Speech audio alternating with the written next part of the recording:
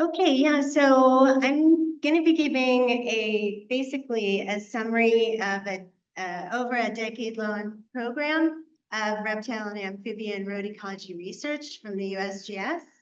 And I thought this would be a good time to do it, a good year, because we don't know how long we're going to last. And I've had the privilege of being able to design these experiments and carry them out with a lot of help from a lot of great scientists from the USGS, as well as a lot of amazing partners. And I could talk 20 minutes just about that. So our main research questions have been, one, what species are at highest risk of negative road impacts? And then for those species, we did research to help inform design of effective road crossing systems. So what are important design criteria for fencing, for passages? How far apart are passages supposed to be placed? How do we make these decisions?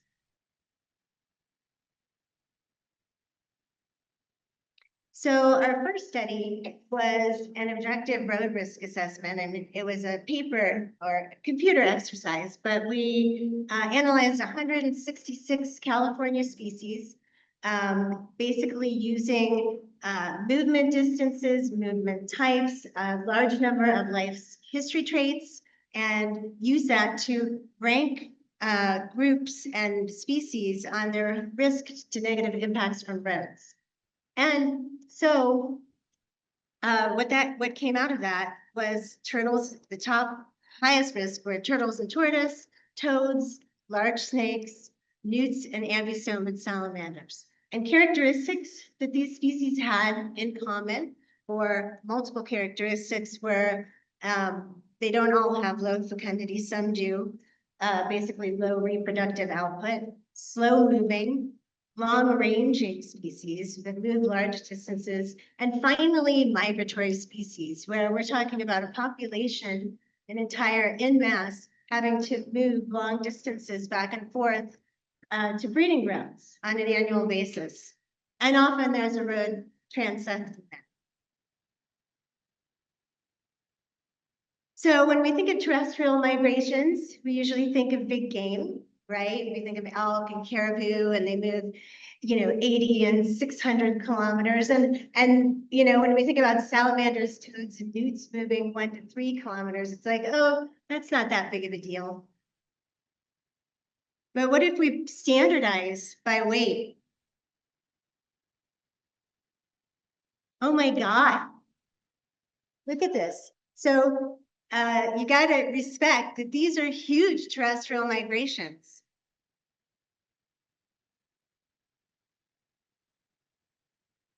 Okay, so in talking about, did I skip one? I didn't.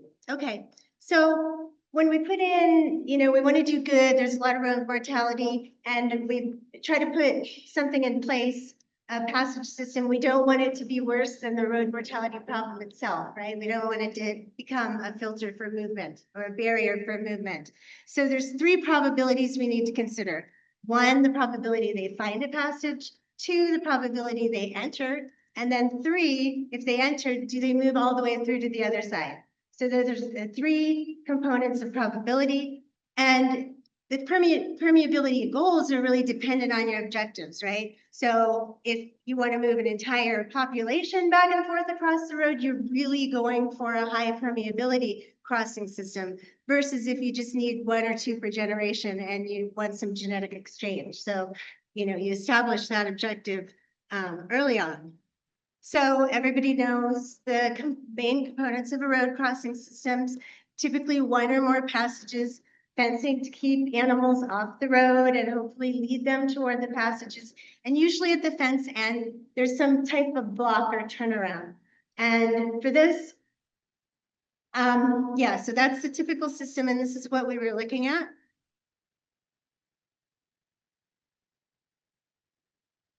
So, sorry, let me get a laser pointer here. Okay, so this is basically building on some seminal work that was done in Canada and the Netherlands on the subject. we were able to, for the first time, to passively monitor individual fence movement behavior using active light trigger camera traps along the fence. And so this is a study site in Stanford, California, let's see, use this pointer here. This is the upland habitat right here. This is their breeding habitat, Lagunita, and there's a road in between, high road mortality. They put in 3 passages, and we have 150 meters of fencing on each side of these passages. So typically you would expect maybe they're coming in and they hit the fence and they move and they go into their breeding habitat. But that's not what we found was typical. What we found was typical is they come, they hit the fence, and they go back and forth. They either turn right or left, it's about a 50-50, and then go back and forth. And then if they don't find the passage, they turn back around and go back into a habitat. So then you've got a large proportion of your population that aren't even breeding. So it's acting as a barrier.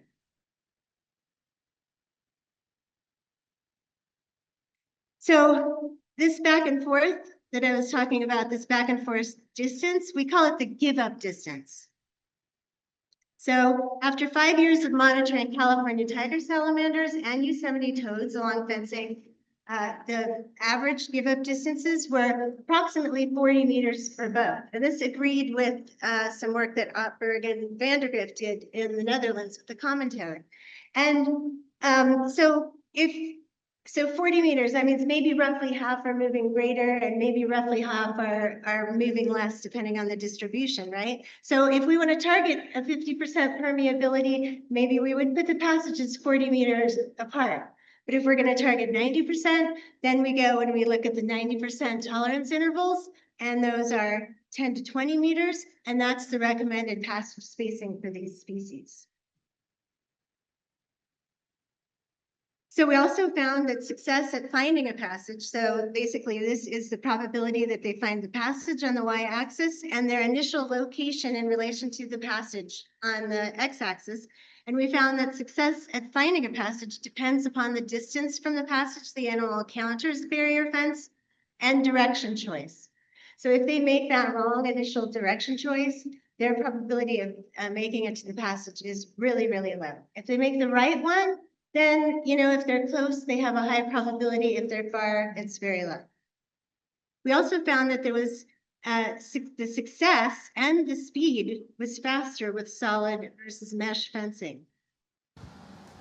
And why is that? This was a different study that we did with a lot of reptiles and toads in San Diego, a runway basically with different fencing types. If they can see through it, if they can smell through it, they want to try to get through it. And so these back and forth movements are really enhanced and call those fence interaction behaviors. That's an orange-throated whiptail. And so here's the control, the 3 different kinds of fencing, solid mesh, hardware cloth, and the amount of basically rate of fence interactions. But lo and behold, we put a 6-inch visual barrier during this experiment, and we were able to really decrease that. So recommend solid, but if you can't do solid, add a visual barrier. So what about turnarounds at the fence ends? When we first started this, I looked everywhere for a report, a publication, anything that had the tests to see whether they were effective, and I could not find anything. If you have something out there, please let me know. So we did a lot of testing of turnarounds in San Diego County in the field, and looked at whether when they go into a turnaround, they're not fooled, they continue in the same direction, that's the green, or do they actually go out into the habitat afterwards, that's orange, or go back along the fence, maybe back toward the passage. So you can see that turnarounds were highly effective for snakes, lizards, and especially amphibians. Look, 83% actually moved back along the fence. And they're not quite as effective for small mammals, but better than nothing.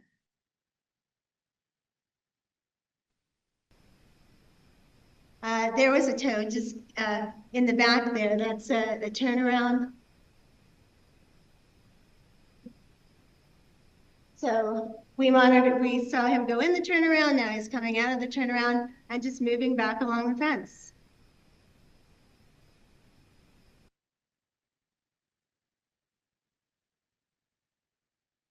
So if animals that turn the wrong way have a low probability of making it to the passage, and we know that turnarounds are effective in changing their trajectory, what would happen if we installed regular turnarounds all along the entire fence line? Well, you're going to have to stick around for Brittany's presentation to hear that. Okay, now on to passage design. So I recently finished a literature review and meta-analysis for Federal Highways and National Park Service, looking at what was reported in the literature reports where we had permeability data. We had some idea of how many animals were approaching a crossing and how many were getting through. I found 30 studies that met the criteria in 9 countries. A lot of those studies were really extensive, so I had a total sample size of 130 unique species and passage data points for this. And we looked at species group, passage dimensions, open versus closed top, wet versus dry, natural bottom, system versus passage only, which I'll explain in a minute, and permeability, which was the response variable. And if somebody wants to talk about the modeling, I can talk about that later. Here's just some photos of, some different passages. You can see some with open tops, closed tops, different sizes, some with a little bit of water, not inundated. So what were the results? I was shocked, but anyway, one of the biggest predictors was passage width. So increased passage width, increase the permeability of these crossing systems by a lot. And this ranges from 0.2 to over 1.2 meters were the passages in the study. And look at, as far as the passage height, doesn't really matter. Didn't seem to make a difference. And there was a minimal effect of passage length, but a negative effect. And then that all culminates in, oh no. Sorry about that, everyone. We had a circuit blown, so out of my realm of capabilities, but I can get that one. Okay. Thanks for sticking around, whoever stayed. Let's see, let me.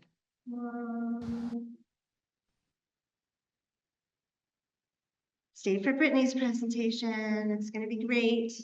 Okay, here we go. All right, yeah, so I was just explaining about the open tops. There's, let me get my pointer back. There's permeability for closed top versus open top, magnitude of 3 difference there in permeability. This is looking at proportion of open top. So this is just, all of the pooled, anything that had a graded or slotted top. This is actually looking at, the level of openness, how much light is basically coming through.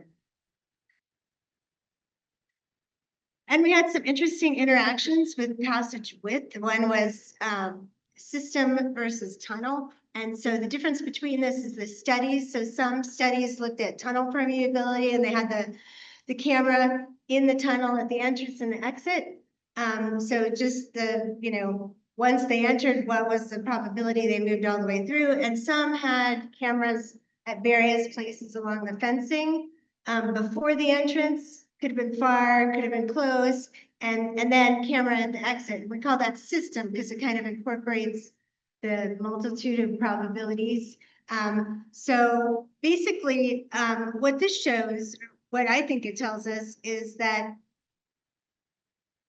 the fact that it has a stronger effect on system than tunnel itself means that wide open passages not only, that they actually influence positively the probability of finding and the animals entering a tunnel. And then once they enter, for them to go all the way through. Here's the interaction with the open top. So the red you can see is closed top. As wider width, you can see it's better and better and better. But look at the different with open top. It's like goes through the roof, people. Okay. I didn't make up this data, I swear. So we had some species group interactions, and I was really pushing the limit on parameters in this model, so I wouldn't take these with that much weight, but it just kind of shows that there might be differences, you know, in responses for species groups and probably species themselves, right? Everything's a little bit different, but as far as wet versus dry, frogs were the most sensitive to having a wet passage. As well as turtles. Toads didn't really seem to care as much, but I bet you toadlets would.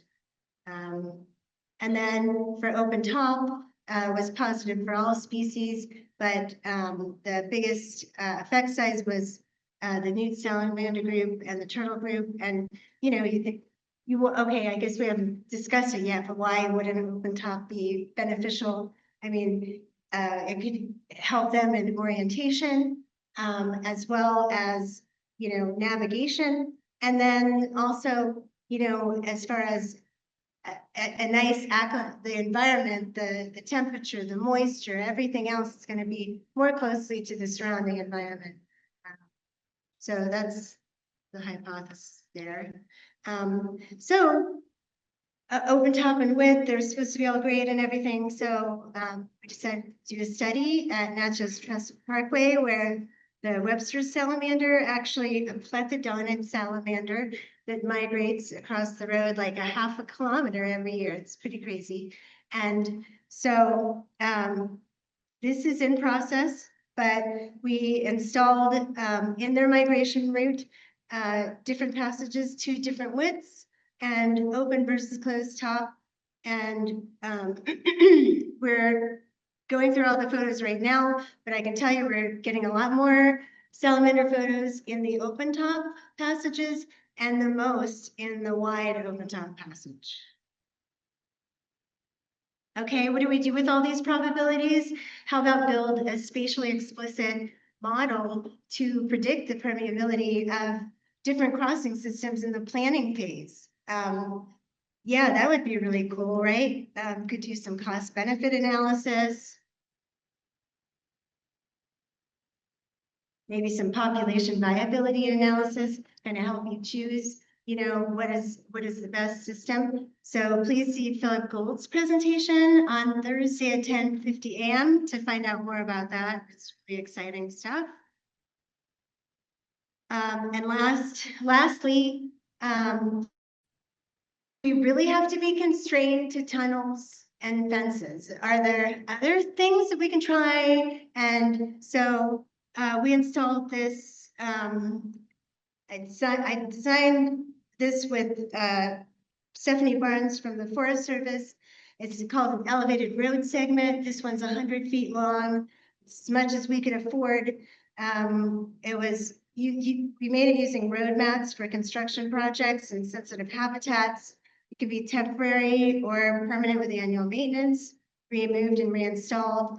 There is some areas here where some light and rain can go through, but look, we've like removed fence interactions and we removed passage spacing from the equation. And so, you know, it's fabulous. We just have to worry about the quality of the passage. And so we know you don't want to put these on the highway. So we worked with a dock and engineering to develop 4 concept designs for what this might look like on a primary roadway or a highway. And 2 of them are mini bridge type designs, and the other one is basically an elevated road with repeating passages underneath. And we're also looking at low profile cattle guard at Sonora Pass and trying to get funding to analyze a bunch of data that we have from there with Caltrans. And I won't give you a summary because I've been talking too long. Please monitor, please do monitoring, please do maintenance. All of these are in reports or published papers and journals, and you can go to our USGS reptile and amphibian road ecology website and get those links, or feel free to email me. Anyway, thank you very much.